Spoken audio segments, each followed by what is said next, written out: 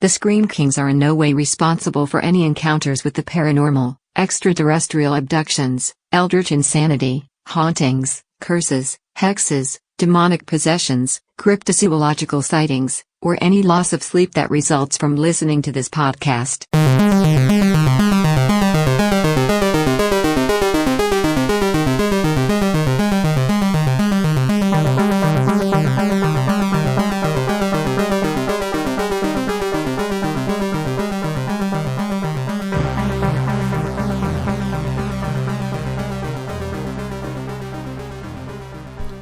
This is the Scream Kings podcast. I'm Nathaniel Darkish, and I am here with Ben Rock and Bob DeRosa, and I'll let them introduce themselves.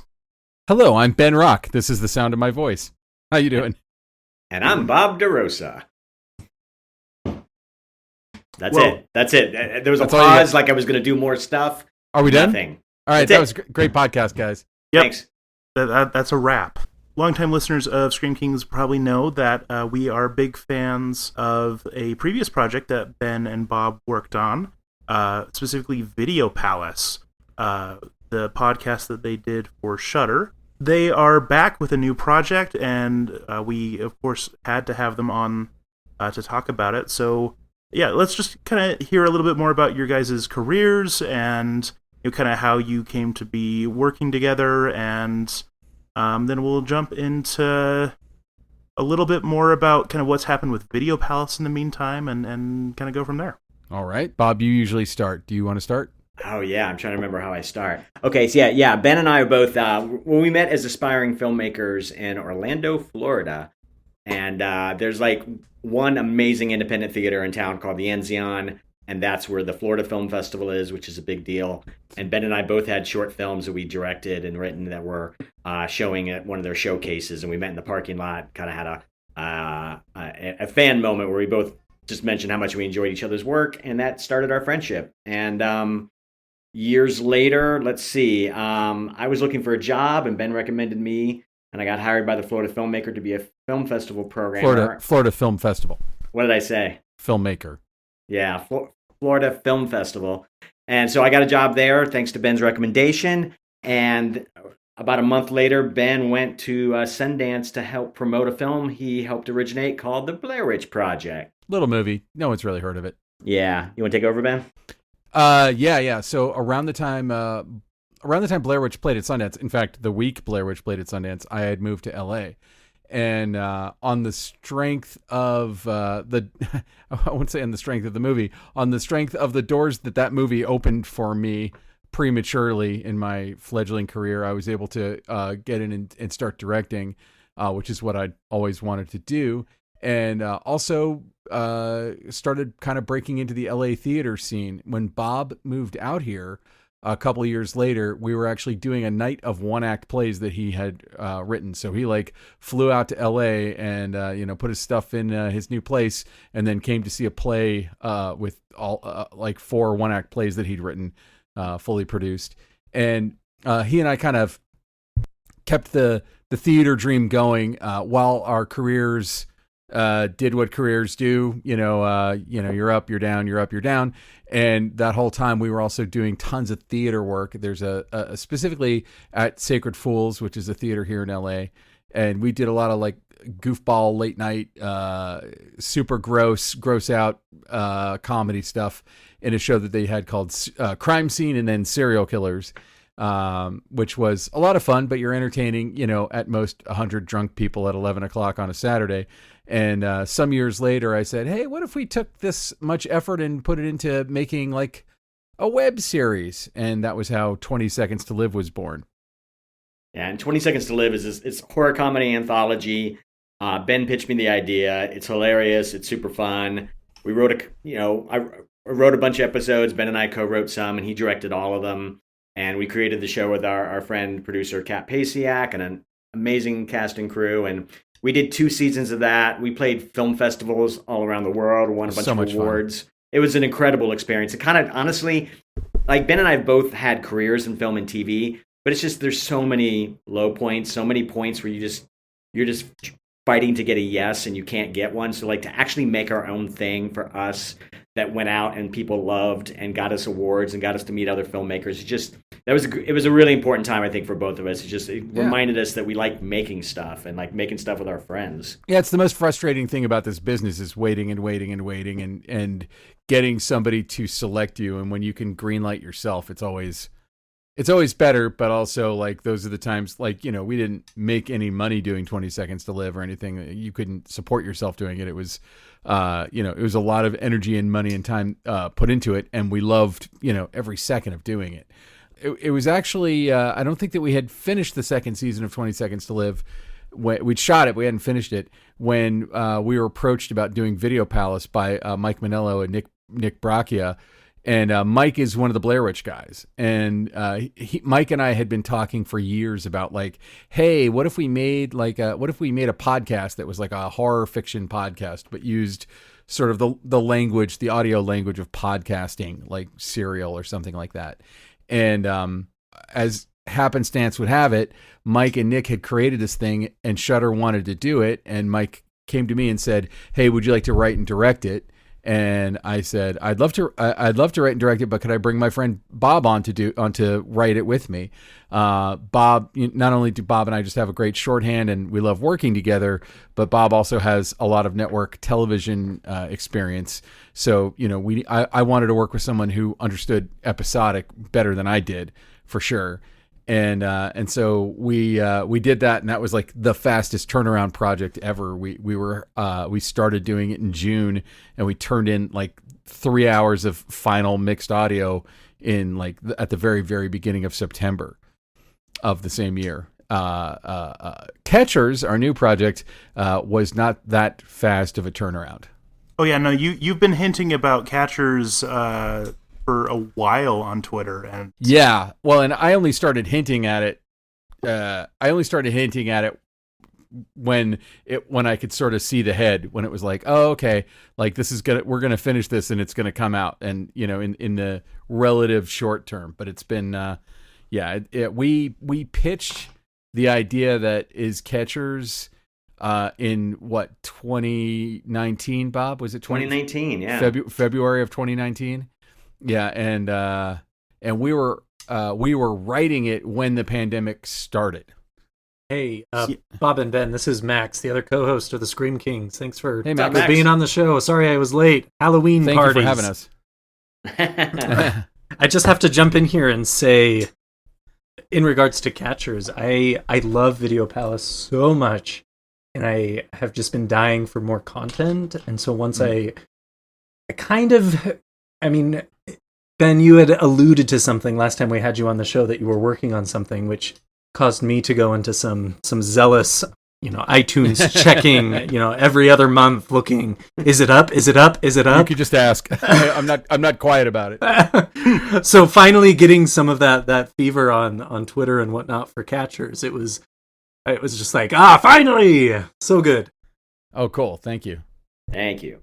I don't know, I didn't mention this when I was first, saying how much we loved Video Palace, but the year that Video Palace dropped was the only year that we have done an awards of like our favorite horror of the year, and it was our number one favorite thing that year. So I remember that. That was so awesome. You. Yeah, I mean, anytime people find out I'm a podcaster, they always go, "Oh, well, what would you recommend?" Right?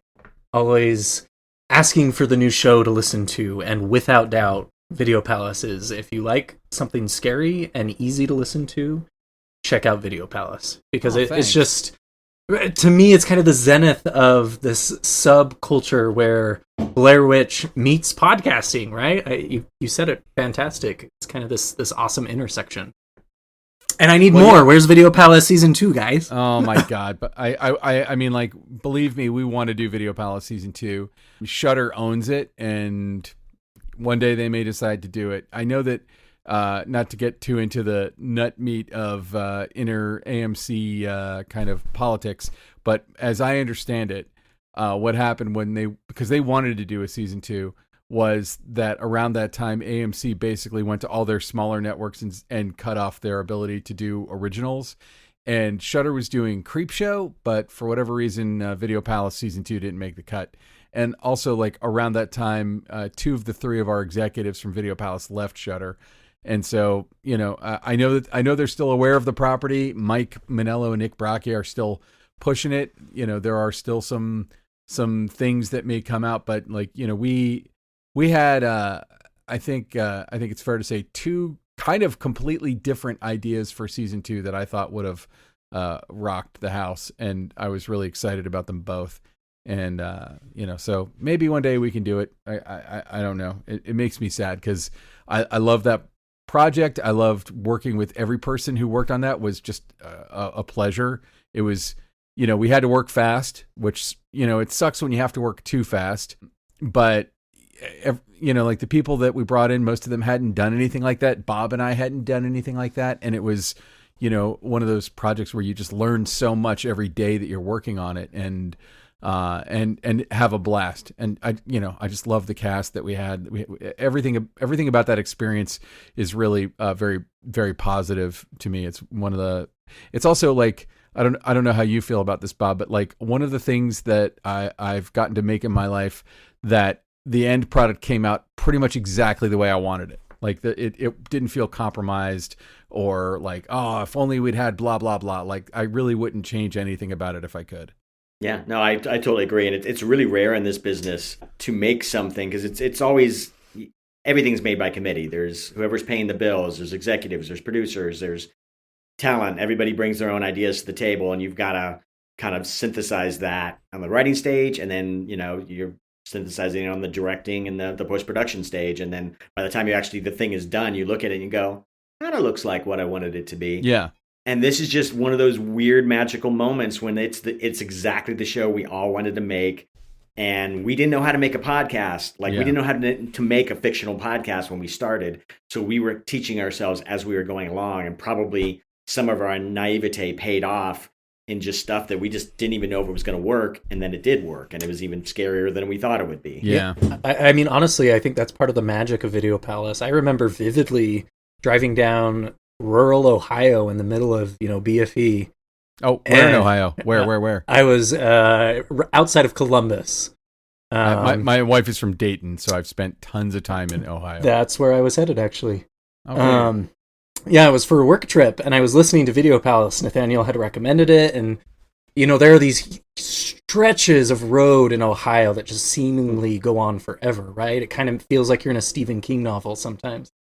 And I was listening to Video Palace, and I just kind of got into my head, and I started thinking, like, is this real? Is this a real story? Do I need to, look up the lore? It kind of had, this authentic genuineness to it that you just don't have very often anymore.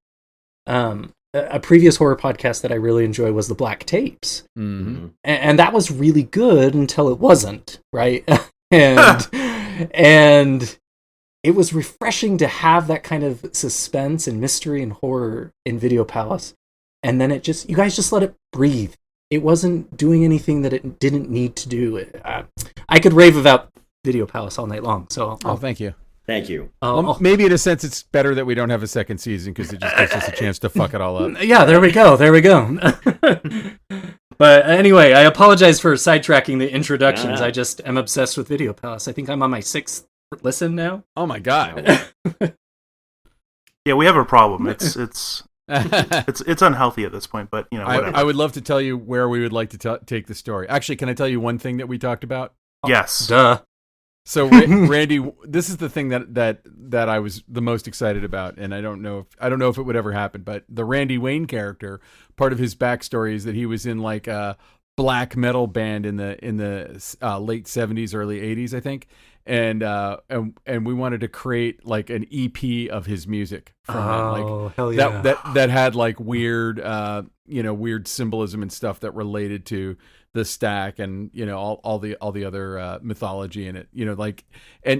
Because there are all these musicians around that time making supposed occult music, and we kind of wanted to interview. I don't know if we could even get it, but like if we could interview somebody from Kiss or something like that, or it doesn't even need to be that big of a band, but like somebody who's like, yeah, we were like pretending to be all into demons, and this guy creeped me out because he was really into some of that stuff. Yeah, Judas Priest or something.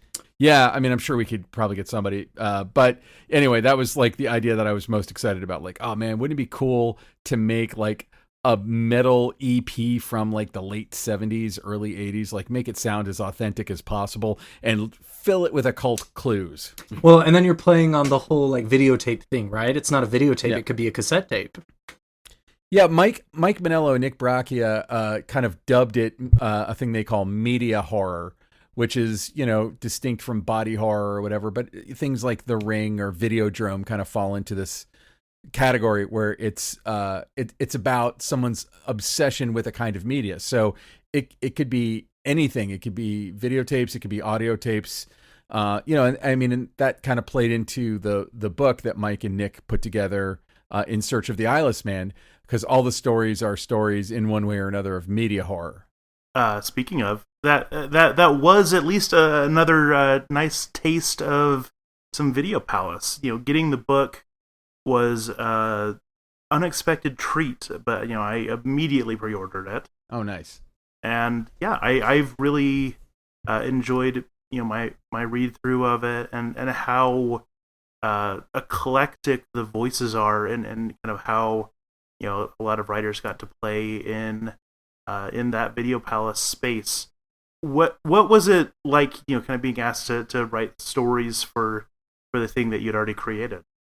I mean, it was a really cool opportunity because I mean, also we were working in a new medium, so working in fiction, which, Ben and I have not had a lot of experience at. So that was fun right off the bat. And they were really specific that they didn't want too much stuff in present day, and they kind of want to avoid it, avoid the big obvious cities like LA and New York. And I think it forced Ben and I to kind of dig into kind of real stuff from our past. And so mine is set in kind of an unnamed Florida town, and mine too. Yeah. And like where mine's, a young, horror film loving student is trying to make a movie because he's, got a crush on a girl, and like, that's all true.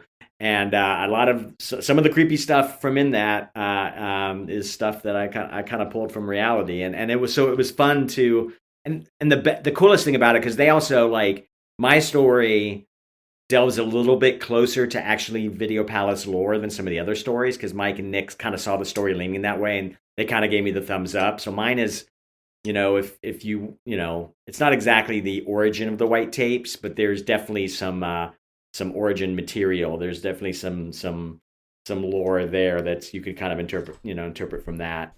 And that was just, and it's fun because it's not like it has to be absolute canon that lines up with everything else because there's 3 giant movies that some corporation has made and you got to make sure it fits. It's like we're telling legendary stories and all these various corners, and when you line them all up, they amass to something bigger and scarier than what our budget would allow. And I don't know, I loved what they were going for with it and what we were able to do, and I hope we can do more. Yeah, I mean, along those lines, I love that very much, like, personal folklore element to it. Yeah, it seemed like a lot of the writers put a little bit of their own lives into it, and got to tell these weird kind of one-off stories from their lives, but with a nice fictional spin on it that related to the Eyeless Man or to other weird, creepy media horror things. It was really cool to see it. One of the things I honestly could have spent way too much time in college studying was folklore. The couple of folklore classes I took kind of absorbed me in ways that was honestly not helpful for me, for my degree necessarily, but I just wanted to dive into that world, and so it was like getting another taste of that kind of feeling. Like, yeah, I love that personal story kind of folklore quality. Yeah, Nathaniel, I would agree. I mean, I've been obsessed with mythology and lore and folklore since I can even remember. And again, I think it comes back to the authenticity of Video Palace. It felt just a part of the world. It wasn't some made up, like you said, 3-movie franchise where, you got the troll fans nitpicking everything apart. It just breathed. It was great. Cool. Thank you. Yeah. I mean, Nick and Mike did a lot of work kind of building out the lore and the mythology of it, but then they gave Ben and I a lot of freedom to build the show and build the story. And Ben was very much, Ben really wanted it to feel like it was actually a podcast that somebody could have made with all the limitations that come with that. And so by putting that parameter, like putting some fencing around our creativity, it forced us to get really creative. And I mean, it's the first time I've ever done something like that. So being asked to play was awesome. Yeah. Well, I mean, like what we were trying to do was make it feel like it was, I mean, like Serial, what really the season 1 of Serial was kind of a North Star, there was another podcast called In the Dark that was kind of similar to Serial. And, every week to week, you'd be like, what the fuck is Sarah Koenig getting herself into? Holy shit, and that's kind of the feeling that we wanted. So if you listen to it and just kind of assume a week has elapsed between each episode. So each episode, Mark Cambria went out, had some horrible misadventure that got him deeper in the shit, but recorded it, went home, edited it, recorded voiceover for it, added music to it, and put it out.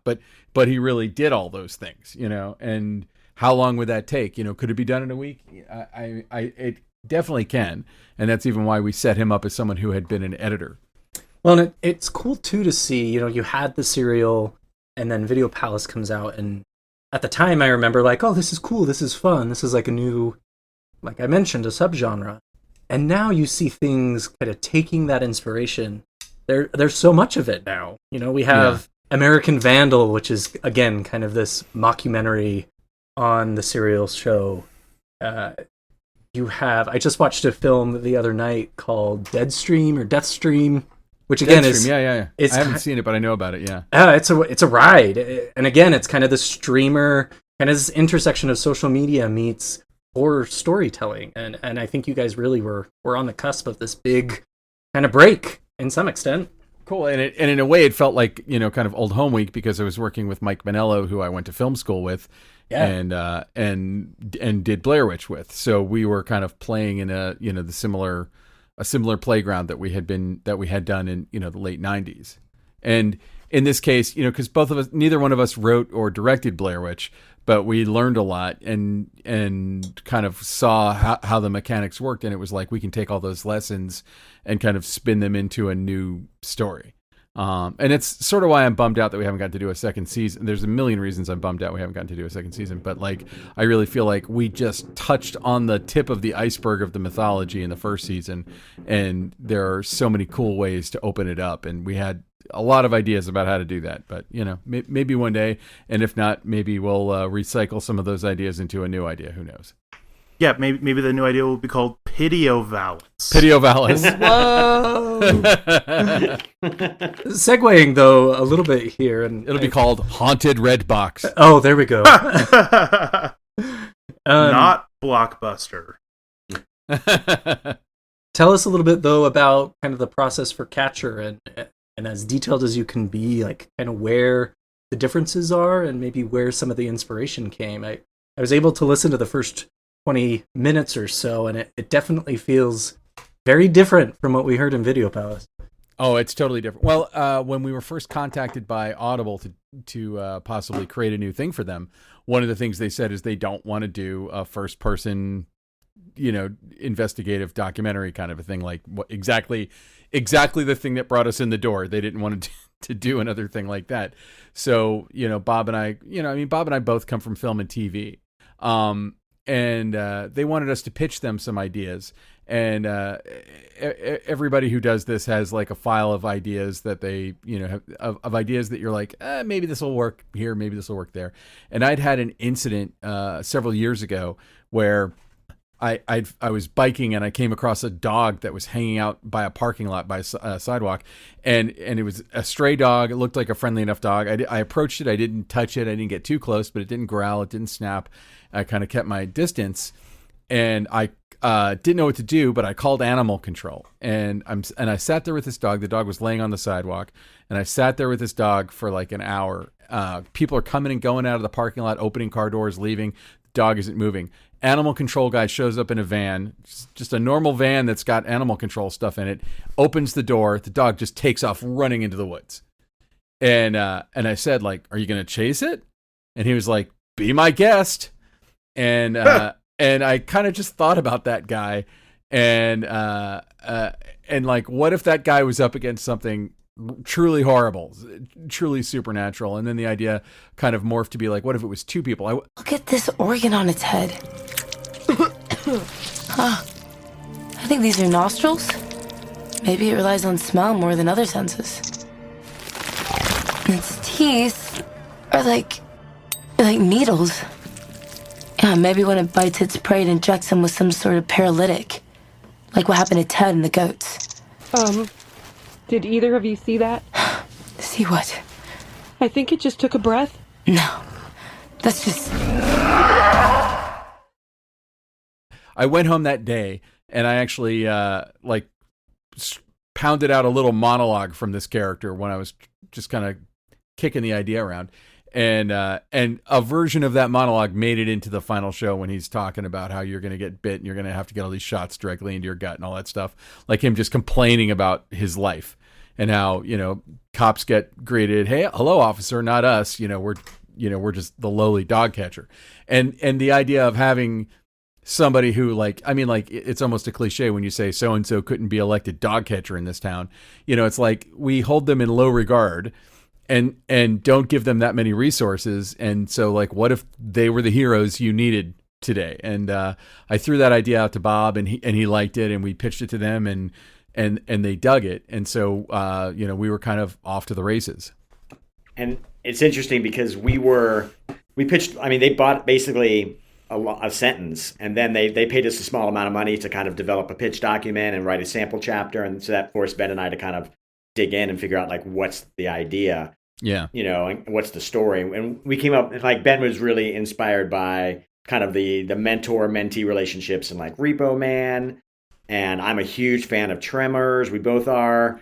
And so, we kind of came up with this idea of like this about to retire crusty old dog catcher Collins. And he just has to train his replacement, who's this young woman. She's a young vet student, very idealistic, hates mansplaining.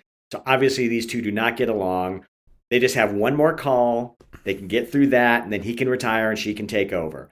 And the call is out at this remote family farm where supposedly there's a wild animal attack. They get out there. It's not a wild animal. It's a pack of monsters. And now these two that don't get along at all have to team up to protect this family from God knows what it is. And that was the idea that we pitched to them. And kind of, you're right, it's totally different than Video Palace. And we pitched it to them. We wrote a sample chapter that we love it. We love this, go make it. And we're like, go write it at least. And we're like, great, let's do that. And then that forced Ben and I to figure out how to make this kind of show. Because like Video Palace was like sort of like the fake documentary style investigative podcast that we both were super familiar with that genre. Now we were doing essentially a monster movie for the ears. Again, we were thrust into it, not really knowing how to do it. So we had to start from scratch and just start breaking story and talking about characters and figuring out how to do a monster show where you will never actually see the monster. You will only hear it. And that created a bunch of very interesting challenges. Yeah, and having personally listened to a fair number of these Audible dramas, specifically a lot of the Alien ones, what I'm liking about Catchers is that, yeah, you are up against kind of a harder challenge. The stories that a lot of these writers have done with like Alien Universe and things like that, though really interesting and they're doing really cool things with that. We know what that monster looks like. We've seen it. We already have a good feel for it. But now, but you guys had to create it kind of out of whole cloth and create it in a way that, we could experience it and be afraid of it, in only audio format, which I'm really digging. Because it isn't the same kind of horror at all, but it is, thrilling, and it has great characters and great writing and all of that. And so, yeah, I'm enjoying the hell out of it. Oh, cool. Awesome. Thank you. Well, and I think it's a really clever idea to take a profession that we know so very little about, right? Like, I don't know fuck about what it means to be a dog catcher. I don't care to know what it means to be a dog catcher. And so getting that kind of perspective and putting myself in that position and kind of hearing about the grungy kind of aspects of this job and then throw in the supernatural, it's fun and it's refreshing. I'm not an exorcist. I'm not some priest. I'm not some family in suburbia whose kids have signs of alien abduction. You know, it's different, and it's marginalized enough that it feels familiar but foreign at the same time, if that makes sense. Mm-hmm. And again, I've only listened to the 21st minutes, and you guys have got me hooked again, so thank you. Oh, cool. Well, like I don't even remember the jobs that Kevin Bacon and Fred Ward had in Tremors. Like, Ben, do you remember their career? Yeah, like handyman or something. Like, that's the thing. It's like they were unlikely heroes, and I think unlikely heroes is a really cool place to go if you're doing a monster show, or you know, it's like I'm glad that you all connected with it in that way, because we wanted. I just think we were, when Ben pitched me the idea of dog catchers, it's like, I've never seen those sort of unlikely heroes being, and we delve into their characters in the show, because, you know, where they're just like, this is way above my pay grade, but there's nobody else even remotely qualified nearby. They have to step up and become heroes, and I think that's part of the fun of the show for sure. Yeah, it's that forced heroism, right? That everyone, I think, desperately longs for, but no one really wants at the end of the day. And so to relate, as you go through the show too, you'll see like the Collins character, played by Billy Gardell, never stops complaining about how he has no desire to be a hero. Like to the bitter end, he never wants to be in charge. He never wants to save anybody. He just wants to get everybody out and get everyone safe the easiest, simplest way as possible. And he kind of says it in the first episode, like his mission in life is to just show that he tried. It's just been excuse me, really enjoyable so far. I'm excited to listen to more, and we'll have to have you on once we both finally get through it all. Oh, we'll do it. Yep. Have us back. It does bring the question up, though. You know, Video Palace, and of course this is definitely different. What scares you too? What really kind of gets under your skin? Because we were talking a little bit about, you know, the heavy metal rock stuff and how the demon and the occult, like, that's my jam. I love that stuff, but I know other people who are deeply terrified of demon movies, of course. But when it comes to torture porn, you know, I don't care for that at all. So me either. What inspires you guys due to your fear, right? Like, where do you pull your inspiration from a fear standpoint? Well, I have watched every horror movie ever made, and nothing is more terrifying than trimming a toddler's fingernails. Or a cat, damn it. Yeah, but like when you hurt your cat, it scratches you. When you hurt your toddler, or when you hurt your baby, he just looks up at you and cries like, "Why would you do that to me?" And you're like, "Oh, you're going to be sitting on a therapist couch in 20 years talking about this. You're going to have a feelings chat in 30 years." Oh my god. Yeah, I mean, you know, I almost have a theory that every movie is secretly a horror movie. I don't care if you're talking about When Harry Met Sally. Like, the horror is the thing that kind of propels it. Actually, somebody asked me recently, what's the difference between a horror movie and a thriller movie? And I'm like, well, a horror movie or a thriller movie could be supernatural, but in a horror movie, the threat is inexplicable. And it just has to be inexplicable to the lead character, to your hero, whoever you're with, which is why I would say Silence of the Lambs is a horror movie, because I think Buffalo Bill is inexplicable to all of those people. Everyone could imagine Hannibal Lecter. Nobody could imagine Buffalo Bill. He's such a freak and a weirdo, and what he's doing is just so beyond what anyone else does. And you know, thank you. In this case, I like when people say Silence of the Lambs is a thriller. It's like, it's not that it's not a thriller, it's that it's definitely more than a thriller to me. You know, movies can be more than one thing, right? Of course. Yeah.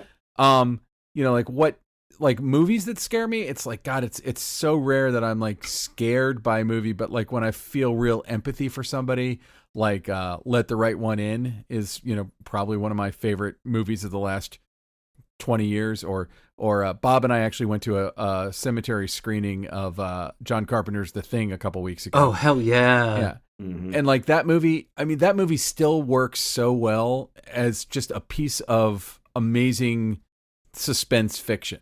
And you believe those characters, and so you're afraid for them. And I don't care how many times I see that movie, you know, it really does always kind of catch me. Like at this point, I've seen it so many times that I can just sit back and kind of observe the story mechanics going on and appreciate them. But the first time I saw that movie, it was I mean, as a little kid when I saw it, it was the most horrifying thing I had ever seen. And I would also say that to me, it's kind of our true north. We talk, I don't know if Bob talks about it as much as I do, but we talk about The Thing a lot. And, you know, a story like Catchers, in its DNA is the inspiration on my side anyway that I've taken from John Carpenter movies, where especially like that sweet spot of John Carpenter movies from the mid 70s to the like I'd say early 90s, where you've got characters who are in terrible, horrible situations, but they're not wisecracking all the time necessarily. So, although sometimes they are talking about chewing bubblegum and kicking ass, but they are human beings who acknowledge the irony of their situation. And that's one of the great things about The Thing is that everything that somebody says in that movie, I can imagine myself saying if I were in a situation like that. Yeah, I mean, for me, it's like, I mean, I look at it as the stuff that I think is scariest is the stuff that is out of our control. And so you look at life, like, you know, stuff that's out of our control. It's just the stuff that's just big world stuff right now, like climate change and our political craziness right now, and kind of the capitalism run amok. That all that stuff just feels so giant and so big and so outside of our, you know, control. And then you look at a movie and, you know, at least in The Thing, you can try to figure out what you're dealing with. There's certain clues, there's some science you can do, but I think what makes The Thing so horrifying is that really not all the science in the world is going to help you, because this thing, its will to survive is greater than ours, and there's just no way to understand that or to overcome that. You know, I think, you know, Video Palace is probably scarier than Catchers, because Video Palace deals with some stuff that's unexplainable. And there's, you know, we purposely left some things unanswered that we may have known the answers to, because we think it's scarier that way. And Catchers, I think, is no less entertaining. I think it's super fun. But in the end, like, there are monsters in Catchers, and they're strange and inexplicable, but, you know, we spend a couple hours with our characters who work very hard to try to figure out what they're up against. And I think there's something really satisfying with that kind of horror, which is, I think, a more of a fun sort of horror, where, like, if you can just survive long enough, you can put the pieces of the puzzle together and figure out how to stop the monster. Yeah, it's true. So that's kind of how I feel. And like, and the thing, that's why Catchers is such a different show than Video Palace. But hopefully, you know, it's still coming from the same place as being super entertaining with, you know, characters we care about in the shit. You know, just different kinds of shit. Yeah, absolutely.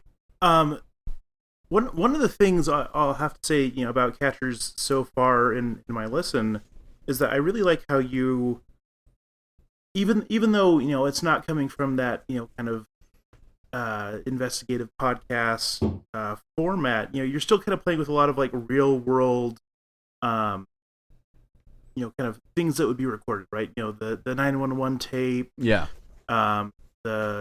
you know, logs between the police or the dog catchers and the dispatch, all of that, like it makes it feel very lived in, and you know, kind of breaks down some of the kind of natural barriers that we put between ourselves and fiction. Like, to me, like, that's what, you know, the found footage and any other type of horror of its ilk, you know, why I find it so appealing is that, you know, horror, it's so easy to kind of just separate it from ourselves. You know, oh, well, you know, I can see that the monster's a dude in a suit. Yeah. But in this case, you know, having that very kind of real world relatable stuff, both with this and with Video Palace, and with a lot of other things that y'all have done, that's I think what really draws me in as an audience member, and why I love this kind of thing so much is because like it's one step closer to my lived experience, and so it feels that much more real, and like like I can engage with it more, like Max said with the drive while listening to Video Palace. It's easy to kind of start going, wait, like can I look up this lore and see like oh, is this a real thing that's going on? Is this are these white tapes really a thing that people are collecting, or whatever it is, because it does just feel so much more connected to reality. If I can say, one of the most satisfying things about working in the capacity that I worked on the Blair Witch Project was getting into arguments with people about, oh no, the Blair Witch is real, and I'm like, I made it up, dude. I named that character, and people wouldn't listen. It's like, okay, believe it, please believe it. I'm happy you believe it. Yeah, and I'll say too, like in reference to what you were saying about the road trip, there's something really interesting about audio, where it's you're taking in a story through one sense, your ears, and it's weirdly intimate. Yeah. And like people get really hooked into it, and like true crime podcasts are just nuts, and like my wife's a murderino and she loves that stuff. So like there's something about it that gets really, really personal with the listener. And so like Ben and I, we've done 2 shows now. We've worked on a third one. We can talk about that at the end if you want, briefly. Yes, but please. Like it's like we're still figuring out how to play with this medium, but the potential for it is really cool, because I agree. It is super intimate, and it can really get into your skin. And so a lot of people have told me that they tried Video Palace on a road trip and just listened to the whole thing straight through 3 hours. And that, nothing makes me happier, because I honestly think that's probably the best way to engage with it, is just to have nothing to do but drive and listen and let it into your skull. And so, well, and like, go ahead. I think the audio component of it, I study neuroscience. That's what my degree is in. Oh, wow. And so your auditory nerves are very closely connected to, regions of your brain that focus with memory and a lot of kind of trauma aspects of it. So for me on this road trip, I'm listening, but my eyes are processing other information. And so I'm starting to, kind of associate what I'm seeing with the supernatural that I'm hearing. And even the mundane of the supernatural starts to elicit these weird memories of like, oh, that's cool. Oh yeah, this one time I saw a shadow out of the corner of my eye, and now I'm listening to this crazy story, and are they related? And the idea of an earworm is very apropos, because it kind of gets into your brain and digs up a lot of these old memories, and you start to associate what you're actually seeing in the moment with what you're hearing. And it's kind of twisted in a fun way. I think that's why radio and podcasts are so popular. Yeah. And especially when you happen to see an eyeless man just, ambling down the street. Right. Yeah, and you're just like, what's up, guy? Yeah. Yeah. See, I just made the stupid decision of listening to it while doing a night security job at a hotel. Oh, yeah. Oh, jeez. Yeah, I remember yeah, that, Nathaniel. That was great. Yeah. Yeah, we both worked that job for a while, and we would just try to recommend increasingly horrifying things to each other, just to really have us on the end of our nerves the whole time. But good times. Well, I think one of the things that Ben and I do whenever we're going to do a show like this is we sit down and we just lay out our parameters. Like, what are the storytelling tools we're going to use to tell a story in audio?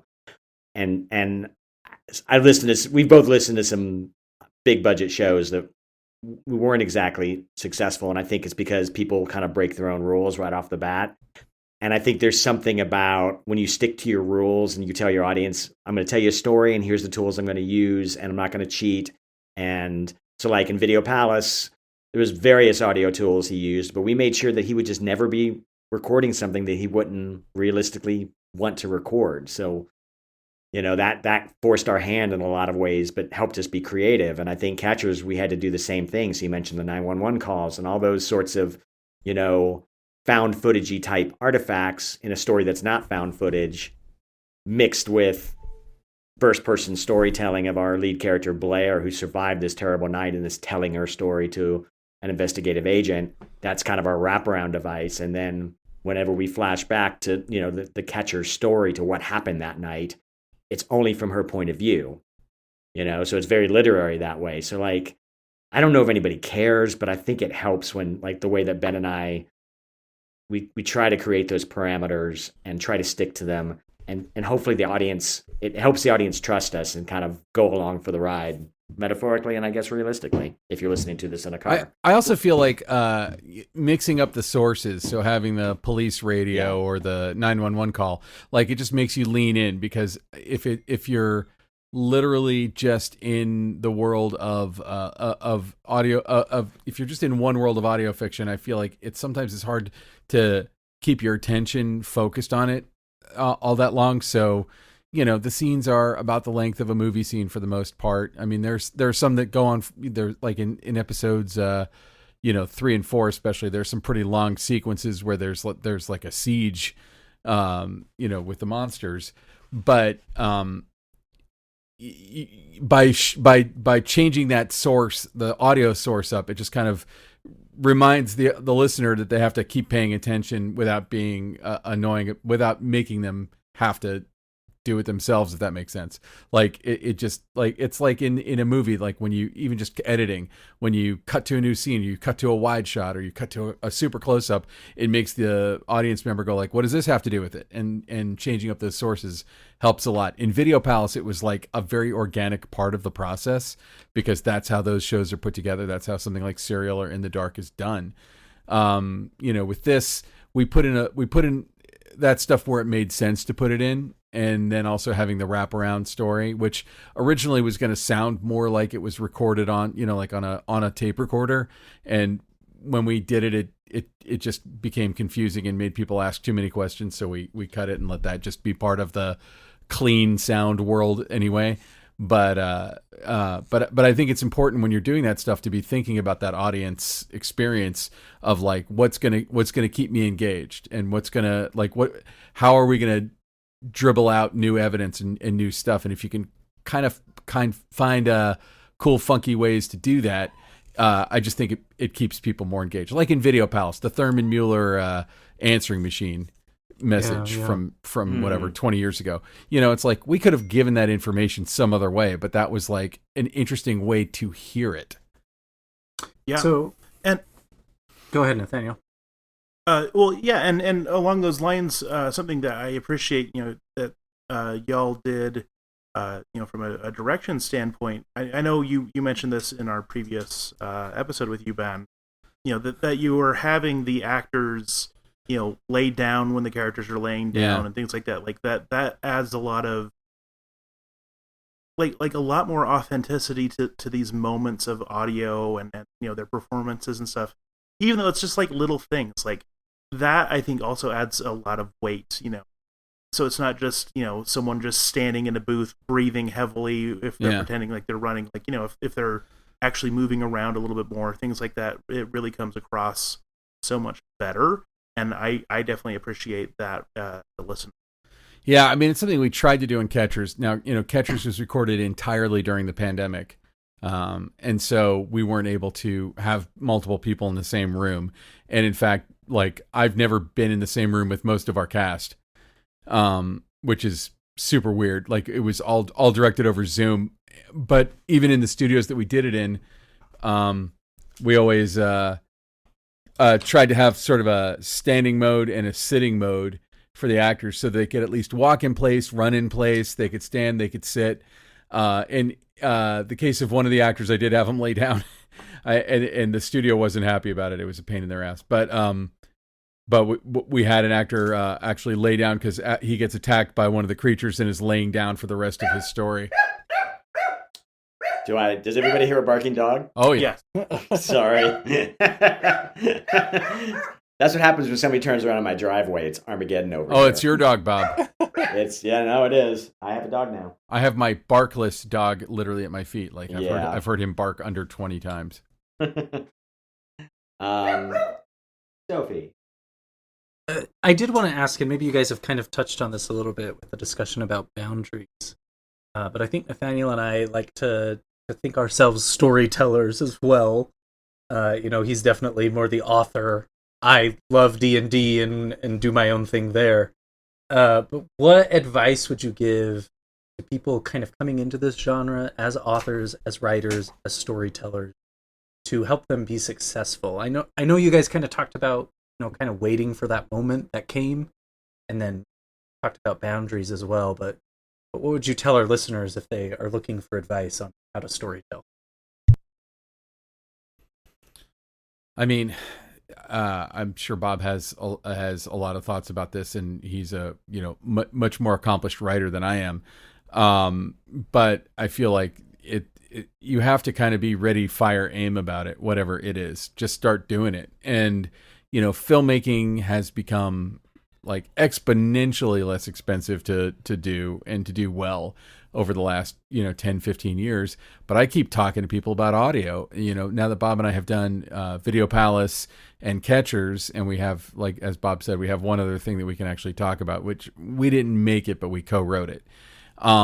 You realize that like for instance, on a film, on like a feature film, if you're doing, you're probably doing no more than 5 pages, filming 5 pages a day. TV series, you might be doing 6 to 8 pages a day. In audio, it's not even hard to do 45 pages a day. And so it's very, very freeing. And when we were getting ready to do this, I talked to a guy who I've known a long time, D. Bradley Baker, who's a huge voice actor. And I was just kind of because we had a monster, and I was just kind of like saying, like, how do you recommend I record? He's done a lot of monster and creature voices, and I was just trying to pump him for advice. And I found out, D, who is, he's a regular on Family Guy, or constantly on Family Guy. He was on what was that Star Wars thing, Lower Decks or something. He's Star Trek. Star Trek. Sorry, oops. I just made a lot of people very angry. He's one of the main voices on that. Like, he's a huge voice actor. The microphone D uses in his home studio, which is where he records everything, is a $250 microphone. So, you can get a more expensive one, you can get a cheaper one, you can make it work, but it's not the technology, as you guys know from doing a podcast, at least, the technology for recording audio, not that hard. You could get a $200 a year subscription to something like artlist.io or Premium Beat. There's a few of them, Shutterstock, and they have sound effects and they have music. So, as much as I like to work with an original composer, it would be great if you have an idea that you could get a couple actors to do. You could write the script, you could record so much of it so quickly, and there's not like a right or a wrong way to do it. The way we did Video Palace was came out of our our lack of experience doing that kind of a thing. But honestly, when it was proposed to me, no, we should have everybody in isolation booths and have clean tracks from everybody. And I said, no, I want them to be in the same room. I want to feel their presence with each other.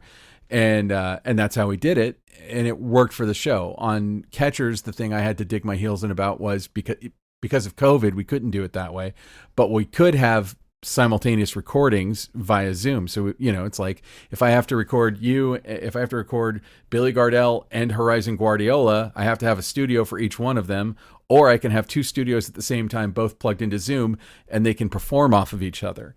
And you can get, more organic performances. Well, we're all used to using Zoom at this point. And so I feel like if you have an idea that could lend itself in any universe to audio, explore it, because again, as you guys know too, you can get like a liberated syndication account for $6 a month, and you could release your podcast, and anyone in the world could download it off of iTunes or wherever they get podcasts. It's such an accessible format and such an accessible form, and you could go out there and take an idea and again, ready, fire, aim, start recording, try it out, change it up. And on those art lists and all those things, they don't just have music; they also have sound effects. Or you could record your own sound effects. You know, it's such an accessible and exciting thing to do. I want to hear more people do it myself. And I mean, for me, for my advice, like I've written movies, television, audio, theater, fiction. I've worked in so many different mediums, and I'm good at some of them and not so good at other ones. And my advice kind of leans right up against Ben's advice, which is figure out, no matter what medium you want to work in, also work in a medium that you can get your stuff in front of an audience. Yeah.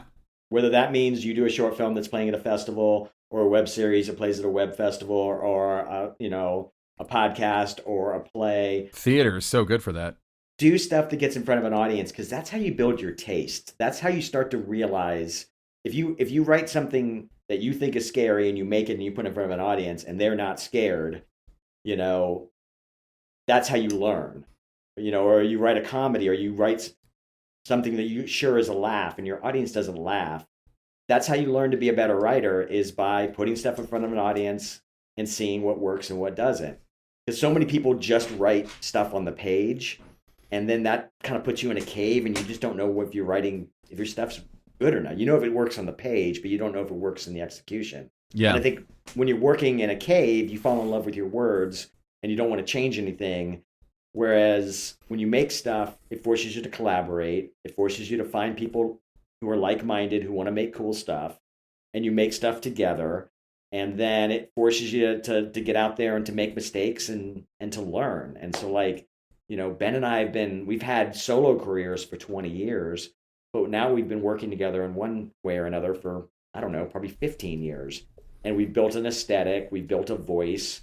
We can do straight up comedies, or we can do straight up horror, and there's still some of this aesthetic that we've built together. But that's practice. That's just years and years of trying. So and occasionally really falling on our faces.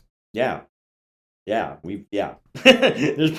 yes. But if you're doing something like theater or audio, whatever, if you're making a movie, and you're having to raise hundreds of thousands of dollars or millions of dollars, it's like you're expecting to hit a bullet with a bullet. Like you're expecting to execute this idea to the greatest extent that it can be executed, so that it will reach a general audience and people will like it and it will make money.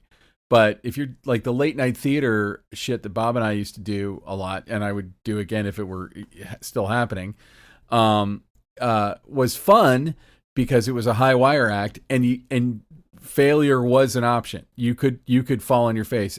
But the good thing about that was you would sometimes say I'm going to take a weird risk here.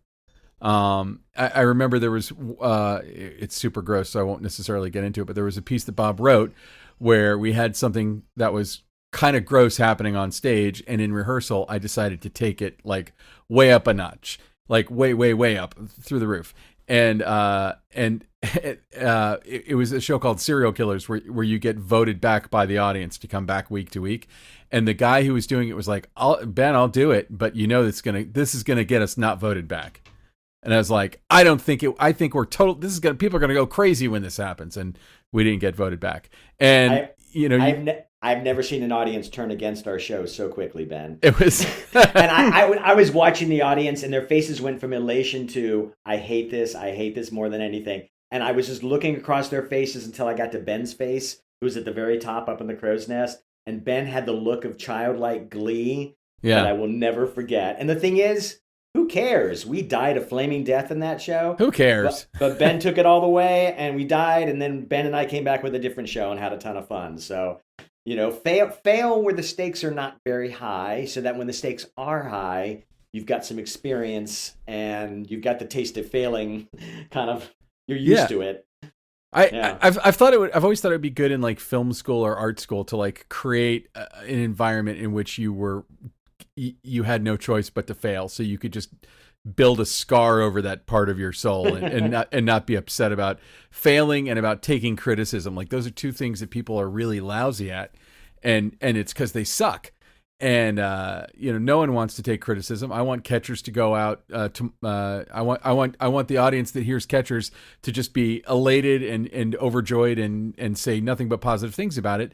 But also, I'm a grown up and I've been doing this for a minute, and I know that there are going to be people who are going to hate it and they're going to say hateful things about it. And it's taken me a long time to get to the point where like that. It's not. I'm not going to say it doesn't bother me because I'm still a human being, but it's like I'm not going to lose any sleep over that. Like I'm bracing for that. I know it's going to happen with everything, and it happens to everyone on everything that is ever made. I don't care. If you go look at whatever you think of as the most perfect movie ever made, if it's Star Wars or Blade Runner or whatever, like you'll find people who fucking hate those stories. I can't agree more with the learning to fail thing. I just don't go broke. Don't go broke things, failing. Yeah. I mean, just as a high school creative writing teacher, I make my students do a writing prompt every day and read to each other. And yeah, sometimes it just bombs, what someone reads. And I tell them, good, that's those bad words are out of you now. Yeah. Like, you need to learn that skill or you're wasting your time. I mean, talk to any stand-up comic. Every stand-up comic, spends, a third of their time just bombing, especially when they're first starting out. And I feel like it's part of the rite of passage, but it's also just like getting used to that feeling and then not letting it ruin your day. Not letting it, not internalizing it and saying like, I'm a bad person or I'm a bad artist because this group of people didn't like the thing that I did. You kind of have to just like keep on keeping on. You have to keep going. But when you find a place, like I wish that every theater did this show that Bob and I worked on, Serial Killers. I wish that anyone in any city could just go do this show, because it was like instant and truly instant feedback. Like they would put up 5 shows on a Saturday night. 3 would be voted back. So you had, an okay chance of getting voted back. But if your show didn't connect, you weren't coming back. And if it was a story you really wanted to tell, that you were done in this particular format. But it kind of gets those muscles nice and loose. And I do think that like, in an audio thing, you could put something out. I mean, if you pay more money on some of these platforms, you get detailed analytics as to who's listening, how long they're listening, blah, blah, blah. And you can kind of see like, okay, what's connecting with the audience. And as a creator, you have to kind of ride that line between pandering to the audience as you perceive them and telling the story you want to tell. And it's hard to find where those two Venn diagrams intersect, because tell the story you want to tell with no respect for an audience, and you're not going to get your story out there. No one's going to want to hear it or see it or consume it in any way. But of course, like bend over backwards pandering to the audience, and you're not going to make anything that you're going to feel really that happy about. So what is the audience for your stuff, and finding that sweet spot that's like something you like to tell or something you like to do that affects enough of an audience to keep you going, keep you alive, or at least keep you engaged with the work. I mean, there's some people out there who don't care about the audience. They're doing it for themselves, and God bless them. I can't do that. That's like I want to reach an audience. That's why I'm doing this. Yeah, absolutely. Well, I want to hear more about this other project that y'all keep alluding to. It's just a small little something. It was kind of a fun bonus that happened when we were just at the tail end of post on Catchers. We got recommended for a job. There's a brand new horror anthology show on Wondery, which is another fantastic podcast platform. And so it's called I Hear Fear.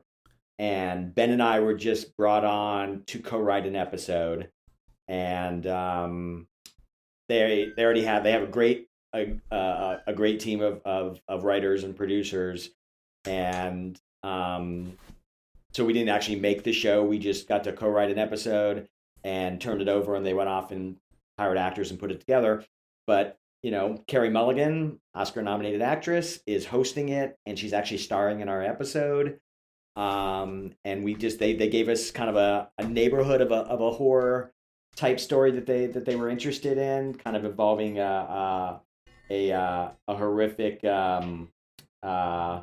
happening on a movie set. And Ben and I went to town and wrote our butts off, and that was a super fast process. Maybe from the time we got brought on to the time we turned it in was maybe 6 weeks. Yeah. But it's about a 40-minute episode, and so again, we didn't produce this one, but it's an awesome team. Everybody who worked on it was incredible, and we haven't even heard our episode at this point. Haven't heard it.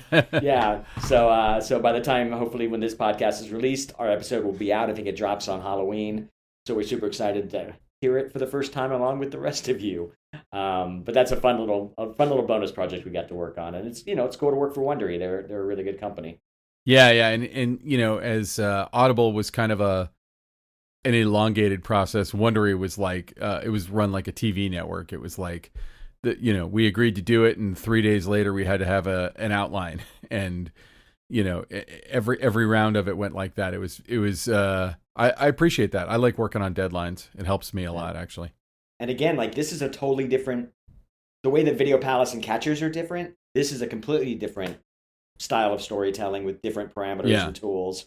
So it feels like every time that Ben and I get to work on audio, we get to work for a different company, figure out a new set of tools, figure out a new way to tell a story. It's kind of one of the best things about audio, especially right now, because there's so much. It's very new, and so much stuff's getting made in that world that you can kind of, I don't know, you can kind of invent your own style and genre every time you're up at bat. Yeah, so there's so much room for innovation in that space. 100%. Okay, well, we can probably move towards wrapping up, unless there's any other final thoughts y'all had about Catcher specific. Please go download. It's on Audible. It's an Audible original. I don't know if it costs a credit or not. It doesn't. If you're an Audible subscriber, it is free. Yes, so go please download it. It's a little shorter than Video Palace. I think it's about 2 hours and 20 minutes. Still good for a nice road trip. So download and enjoy. Hell yeah. Okay, well, the last thing that we like to do is just ask our guests, and we like to share ourselves, something that we have been doing, whether that's a TV show, book, movie, video game, whatever that you're engaging with, of how you're staying creepy. Any horror project that you've been enjoying or watching or binging or anything like that. I can go first to give you guys a second to think. So I've been staying spooky by specifically I started listening to an audiobook by Bentley Little, who is a horror author who I kept seeing coming up on like best of lists and Stoker Awards lists and stuff like that. But yeah, I've listened to a book of his called The Handyman. It is very creepy, and definitely gonna be checking out a lot more Bentley Little stuff. Who wants to go next? I'll take it from here. I mentioned a little bit earlier, I just watched Deadstream. This movie is bonkers. It's kind of all over the place in the best of ways. It's essentially a disgraced internet influencer, kind of very, you guys know the stereotype that just always is corny and on and extra, has his name disgraced, so he decides to do this kind of stay at this haunted villa, actually in Utah, which Nathaniel and I are from. And it kind of is like Evil Dead meets Gen Z YouTube influencer. There's a lot of fun, corny practical effects. It's very campy. It just oozes that kind of corny Halloween that we all like, I think. It's not a great movie, but you don't care because you have a good time. So I would definitely recommend it. It's a Shudder original, so shout out to Shudder. Shudder's the best. Yep. But they'd be even more the best if they would renew Video Palace. What? Yeah. Spread the word. I know you are. Preach. You mentioned that they were in cahoots with AMC, of course, and I love that Nicole Kidman AMC intro. So maybe they're just obsessed with that too, and they just AMC Networks. Like gotcha. yeah, they're owned by AMC Networks. So more Better Call Saul, less Nicole Kidman weird intro thing. Well, we can have both, right? That's fair. How about you, Ben? You got something creepy? Well, yeah, it's a little retro creepy. Bob and I actually in our theater exploits both had a fun opportunity to work with Stuart Gordon, who unfortunately passed away about, God, was it? It's coming up on 2.5, 3 years, I think. But we got to work with him, and he famously made Reanimator. But on Canopy, which is the streaming service that's free with a library card. I was just clicking around there, and they had a bunch of Stuart Gordon movies, and so I was checking out Dolls, which is so cool and such a fun weird ass movie, and but then I watched From Beyond, which was his H.P. Lovecraft follow up to Reanimator. And that movie to me is just unbelievably underrated. And if you have a library card and you're listening to the sound of my voice and you get Canopy and watch From Beyond, it's just rip shit bonkers. It's such a weird ass movie. And in a lot of ways, even though it's, several years after John Carpenter's The Thing, it's got practical effects that feel very much like that.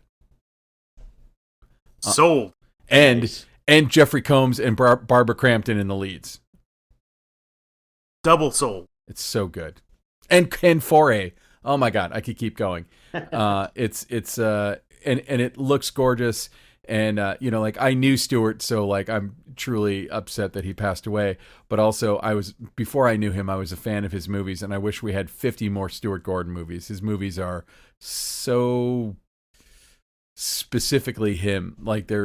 Nobody made movies like him, and they're in just such an interesting cinematic voice. And I don't know that we don't have a Stuart Gordon today. So check out the Stuart Gordon that we actually had, and definitely check out From Beyond. Yeah, and for me, it's I feel like I've been trying to catch up on horror movies. I feel like I've been behind, especially with movies coming out this year because there's so many good ones.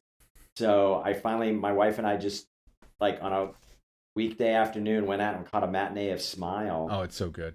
It was us and 2 other people in the theater, and it was and I was like, okay, this made a bunch of money. It's probably going to be dumb, and that movie creeped my ass out. Oh, I was so bored in Smile. Really? Yeah. I don't know why. It's one of the. It's primal, and either you're just but for some reason it got under my skin. It got into that place where I was talking about before of just if this had happened to me, I don't know what I would do. It painted the heroine in such a corner, and it just worked on me. And it's maybe, I don't know, that's probably one of the great things about horror too, is the fact that it didn't work on you, but man, it just was some secret sauce that freaked my ass out. Yeah, well, that's awesome. I was into it. I host a podcast where I interview cinematographers, and I was set to interview the DP of Smile, and I had seen the trailer, and I think kind of like Bob, I just kind of had low expectations, and I went to see it after my son went to sleep, which is like an 80% chance that I will fall asleep while watching it, and and I was actually blown away. I was really impressed with how well it held. It was, and when I talked to the DP, I thought the gimmick was brilliant. When I saw the trailer, I'm like, man, why? It was one of those why didn't I think of that? That's so clever. And then when I said something to the DP about how they don't overuse the gimmick, and he's like, well, it's because it wasn't called Smile when we were making it. It was called The Trouble with Brenda or something. Yeah. And so the Smile is an idea that came from the studio, and it's a great marketing angle, but it wasn't that the movie wasn't so much about that. So I imagine if they make a Smile 2, they'll beat it into the ground. But Smiles. There we go.